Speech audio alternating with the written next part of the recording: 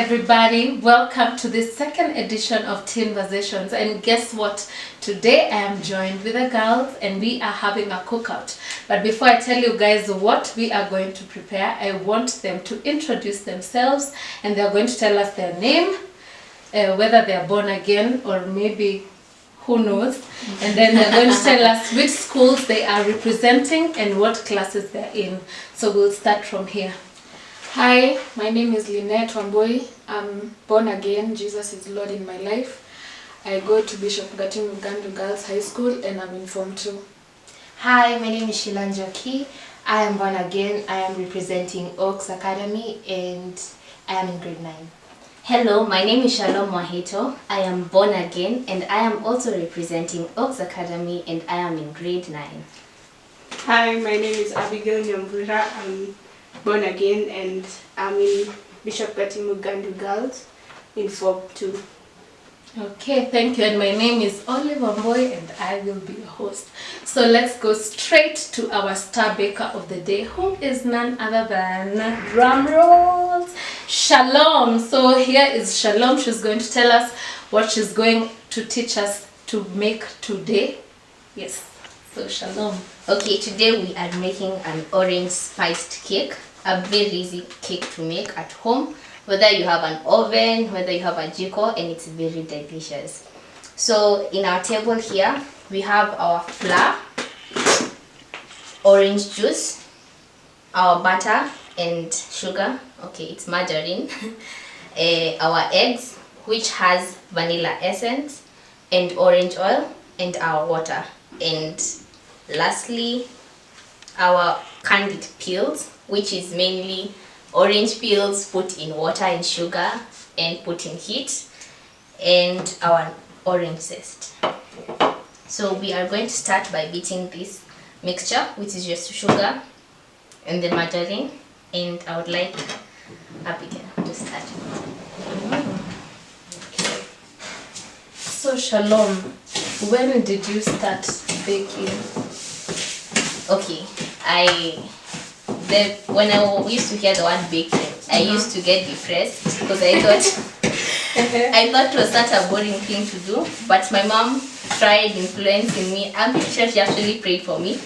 So I started baking when I was 12 years old. Our mixture is ready. So after this, what we will do is that we will fold in our flour, which has been mixed with the spices, and the eggs. The reason why we don't put everything inside and start beating it because the cake needs some air inside. When you beat it, it will look like porridge. Oh. Yes. So we will start this. So how will you know that your mixture is ready? After this or right now? Right now. Like it's very creamy. Oh, and there are no light. lumps. Yes, Oh. and it's light. Okay. So okay, when we say we are folding in flour, we don't mix it like this. We fold in. That's how we fold in. So we are going to alternate the eggs and the flour.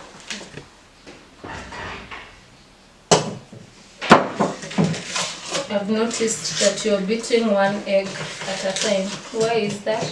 Okay, the reason we beat or we crack one egg at a time is because sometimes the egg might be spoiled, and you know when you put one egg that is spoiled in the cake mixture, everything is spoiled.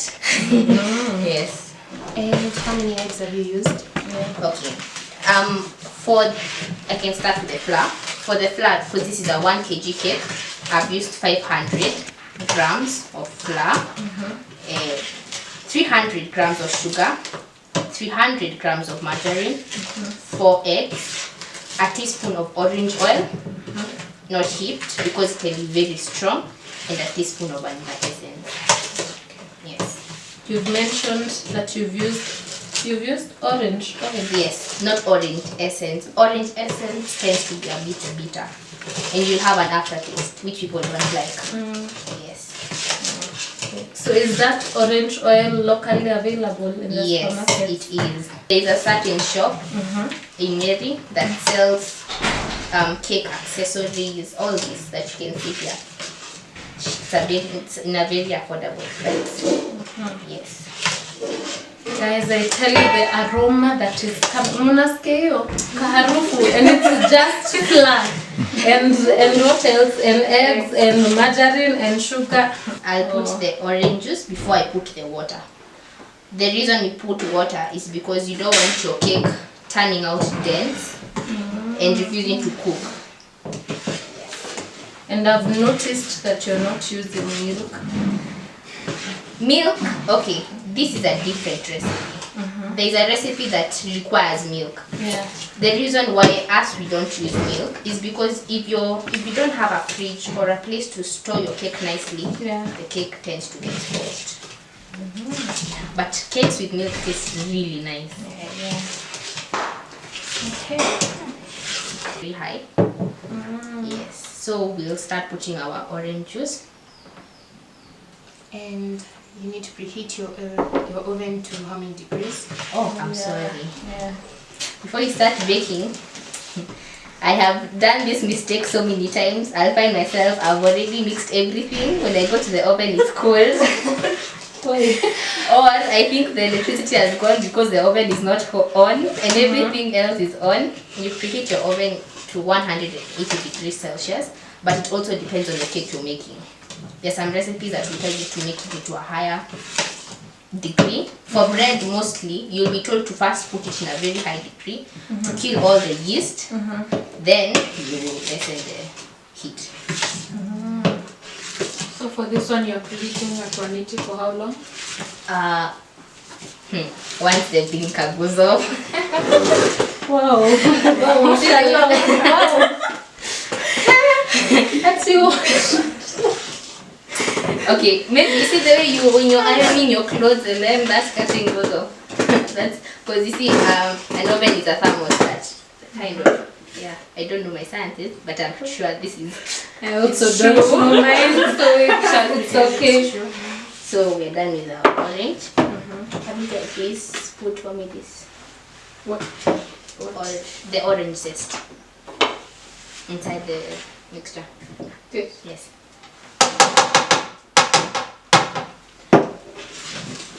Perhaps you were using a mixer to mix the ingredients. How long would it have taken us? 10 minutes or 5. It's very fast. Shalom, another question. Growing up, I know your mom is a baker. She bakes cakes and sometimes she has so many orders and stuff like that. Do you guys at least get a chance to taste? Sometimes when she's feeling like being a motherly mother, you know, she'll give us, you know, she'll make a small cake and be like, this is ours. And sometimes you can stay for 4 months. Unaona keki zikikuja zikienda. So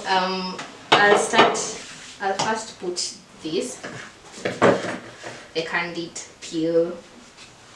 Let me check the name. The dried orange peel sugared, which is caramelized orange peel.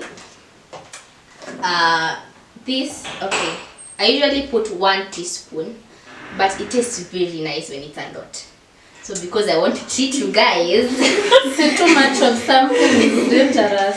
I usually, okay, maybe because I love orange. When it comes to sweet things, it's not dangerous. It's not dangerous. The mixture is starting to become hard, so I'll start putting the water. It's okay. How much water? Until it gets to what consistency? A running consistency, but not too running. Like when you take the butter, let me show you. This is not yet because it's not dropping. Yes, but then you don't also want it to look like a pancake mixture. Yes. So maybe you can, Lynette, you can help us. Oh, you know, they are just quiet. I think they are just salivating in imagining of the finished product. First of all, you'll want your greaseproof paper laid flat on the table or whichever surface you're using. Then you take your baking tin and put it on top and kind of outline it on the paper.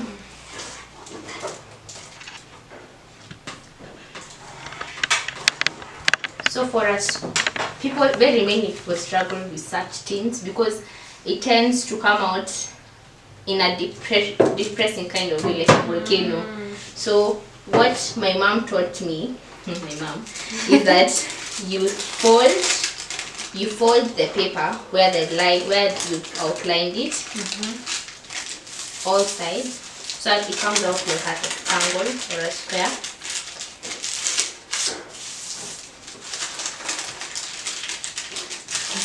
Like a triangle. Yes, that one you use a cooking spray because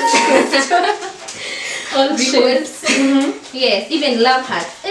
Those ones you use cooking spray or the flour. Yes. So after that, your tin will look like this. Then you'll find it easier to put the greaseproof paper around the tin. And your greaseproof paper tends to flap. Sometimes you will need to put margarine or oil because your cake might cook with the greaseproof paper and you don't want your people eating paper. Yes. So so this is how our tin will come out. Yes. So we will not be using this tin today. We'll be using this sufuria, as I had said. For this, it's different. I think I'll show you. So I have first.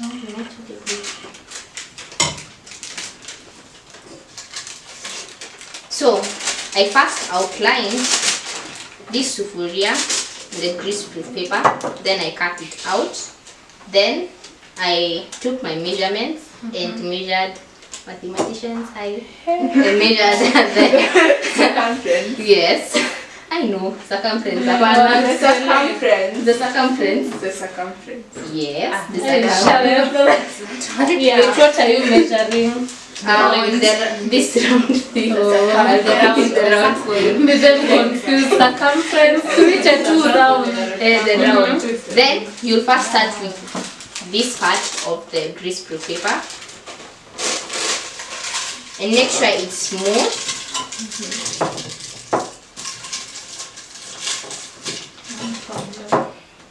Then we will put this side of the paper. And you put what on the paper? Or I'll put margarine on the sides of the paper so that it's able to stick on the tin, aka sufuria. So you're not putting margarine on the sufuria, it's on the paper? It's on the paper. Some cakes, such as sponge cakes, if you put margarine on the sufuria itself, it tends to taste like it has eggs only. I don't know why, what happened. Have you ever tasted a cake that tastes like eggs? Yes. One tip of cakes that taste like eggs is maybe they don't have enough vanilla essence. The main reason, even as you're making a chocolate cake, you put vanilla essence is to break down that taste and smell.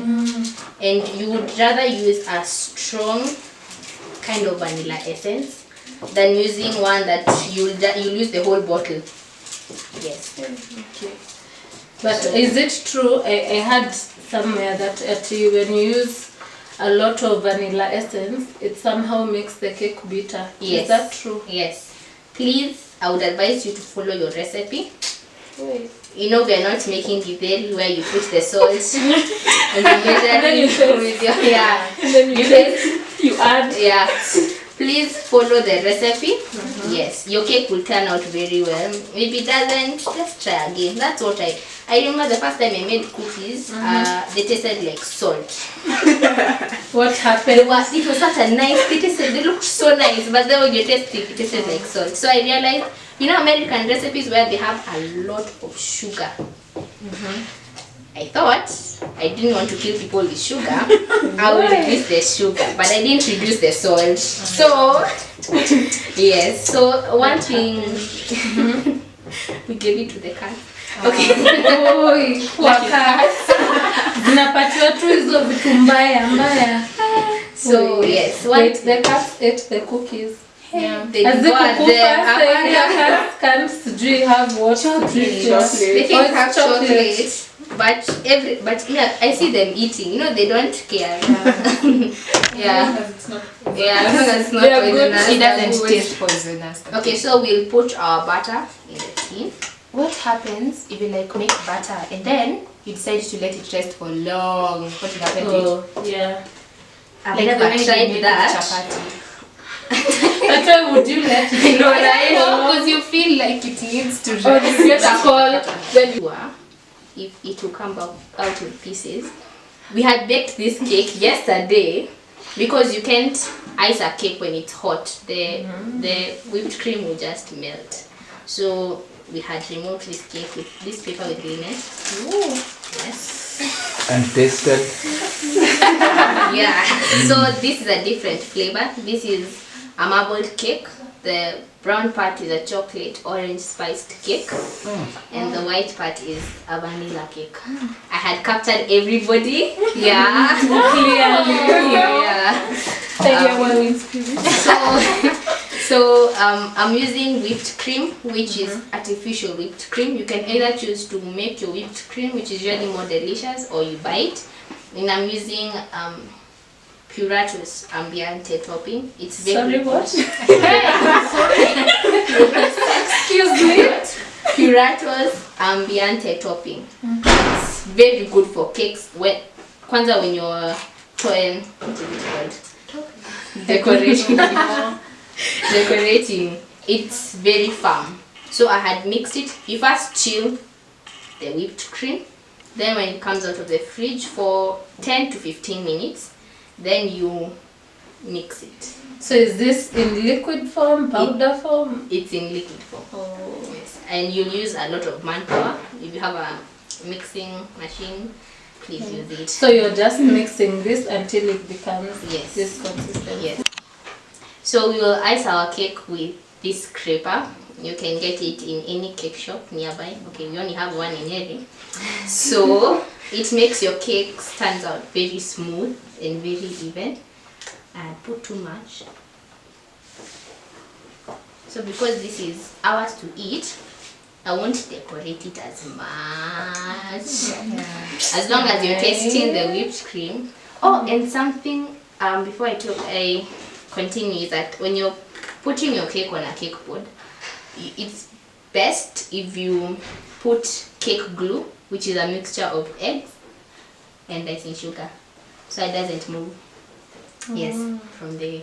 But some people don't like eggs, so I've not put anything. Raw eggs, kwanza. Okay. So as we continue to ice the cake, I'm sure the season we're in, the corona times, as they call it, I'm sure it has impacted your lives in one way or another, be it positive, be it negatively. So I want to hear from each one of you, how has corona impacted your life negatively? I think we start from there. Abby, go first. First of all, academic. And okay, learning from home isn't exactly the best thing. It's not even enjoyable. Let's just say, no matter how much we long for home when we're in school, I know now we can agree we're ready for school now.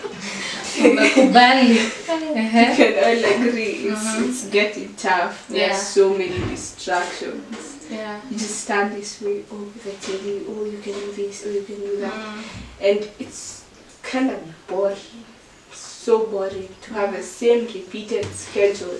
And sometimes you don't even know what to do when you're waking up in the morning. Yeah. So you're like, oh Lord, I pray for guidance. Through this day, because Lynette, do you agree that studying from home is quite difficult? Yeah, especially for people who in normal holidays, they don't do anything. They're just used to the short holidays where it's limited time so that you finally go back to school. Yeah. But for this, it's extended. You don't know how long. And when you go back to school, all be in a rush. Yeah. You're going to be competing to finish the syllabus, to do this, to do that. It will be like rushed. Whereas if it was just normal, we Yeah. would take it a step at a time. So I agree. What of you guys who are doing homeschooling, what were Oaks Academy? Is it the same thing? What is really challenging? I guess it's okay. The weekdays are the same because obviously you go to school. Yeah. But when it is the weekend, you can't go to church. You can't go anywhere. You're just stuck at home. You can't see your friends. Yeah. So it's just weird not being able to do things. It doesn't even feel like a weekend because you're at home the whole time. For me, I think the only thing that is hurting me is that I'm not able to get out. I remember the first time I had not gone to town for like 3 months until my dad was like, just go, you know. I'm used to waking up early during the weekdays. Yeah. And okay, when you're homeschooling, I think you just get used to it. Yeah, so it's not such a big change for me. Yeah. Yeah. And what are some of the positive impacts? You know, as much as we are talking about the negative impacts, I believe kuna positive impacts, yeah? Like for me, one of my, I think, positive impacts I have been able to really work on my spiritual being because now I have so much time. I'm able to get deeper into the word and also how can I put it? And also work on my physical body as well because at least I have time to work out and to do those things and stuff like that. Watching my diet and let me hear from you guys. Any positive impacts, Sheila? Yes, I've learned to cook more things. Bonding with my parents more. It's just, yeah. Bonding with your parents. Yeah, they don't have to be everywhere. I'm not busy, they're not busy. So you get time to just sit down, talk, be told stories about their childhood, laugh. Yeah. Okay, Lynette. For me, I think it's somehow an answered prayer because at the beginning of the year, I prayed that God restores time for me. Because I had lost a lot of time in the past, because I did not know what I was doing, I was not as focused. So with this time, I've taken time to recover on the things that I lost and also work on my spiritual being as well. So it has been kind of a blessing in disguise for me. Yes. Okay. Abby. There were so many things I'd left behind, mostly because it's high school. Or you're growing up, the things you have to do to a standard, you have to study so much, and quite honestly, you're like, wow, I used to do this at this point in my life, and what just happened? Yeah. It just disappeared. So you just went back to all those things that you used to do in the past and realized, wow, there's a lot you lost. Yeah. It was just lost in time, just gone like that. Also, like, you get time to work on your passions. Yeah. Like for me, I love designing clothes and remaking them. So I get a lot of time to do that during the weekends. I think for me it's the same thing. I had lost so much time. I remember I had lost a whole year of studies. So for me as homeschooling, you're able to work very fast. Has really helped me. And something else that I'm able to talk to Abby and Lynette. You know, when they're usually in school, you get so lonely. You're like, when are they coming for midterm? I mean, guys.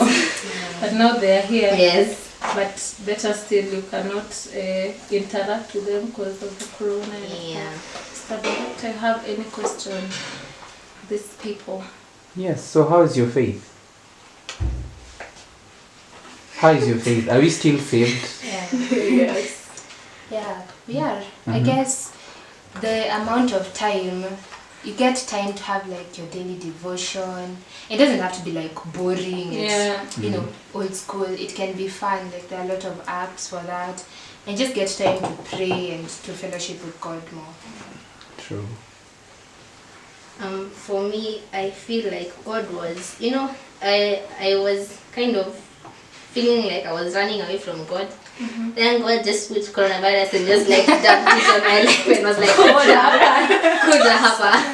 Yeah, so my walk with God has really, I don't even know how to say. When you get to a point you're like, God is just there everywhere. Yes, that's how my faith has been during this time. And Abby? I'd say because, okay, you realize right now there are no people around you. There's nobody you can talk to a lot. So you realize that the only person who has ever understood what you're going through most is actually God. Yeah. And even before you start saying it's so weird to talk to someone who already knows what you've done or who already knows what you're going to do, it's going to be like weird. But my dad told me it's easier to talk to someone who understands, and he's just waiting to hear it from you. He loves hearing it from you rather than just knowing it's going to happen. Okay, so I want us to wrap this up, and I want each one of you will have their time to speak, and I want you to look at that camera, and I want you to encourage someone, a teenager out there who is feeling downcast, a teenager out there who is just feeling depressed because of all this that is happening, that teenager who does not have school fees for Zoom or anything like that, and those teenagers that are not born again, and they really don't know where to turn to. So Lynette, start. Advice to any teenager from me is that God is just waiting for you to come to Him. He's calling you, you just have to pay attention. And when you go to God, it's not someone who has come to judge you. He's there to help you in your time of need. So God is calling you to be His child so that He can take care of you, and that when you finally leave this earth, you'll find peace because you'll have accomplished your purpose. My advice to you is that God is there for you. God is not like this God for old people, that He's God for your mom, He's God for your dad. He's God for you too, just the way He's God for me.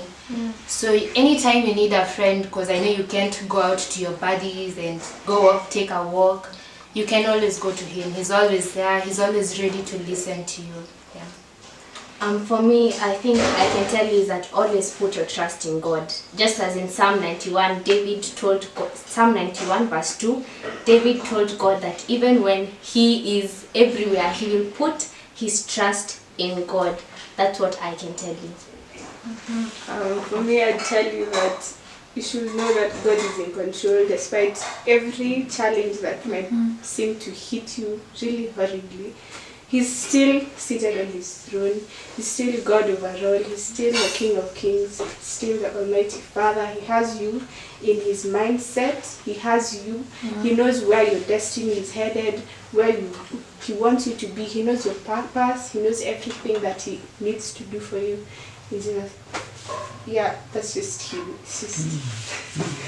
Yeah, so basically what we are trying to tell all the viewers that are watching us today is that the Lord still loves you. He still has your back. Hold on. He is there. He is still planning good things for your life. Do not be distracted. Keep your eyes focused on Him. In Jesus' name. Amen. And see you in our next episode. So bye. Bye! So thank you guys for watching. If you enjoyed this video, make sure you give it a like and subscribe and hit the notification bell so that you can get notified when we get another video uploaded. And you can connect with us at LFM Kenya on YouTube and at Living Faith Ministries Kenya on Facebook. Thank you for watching. Yeah.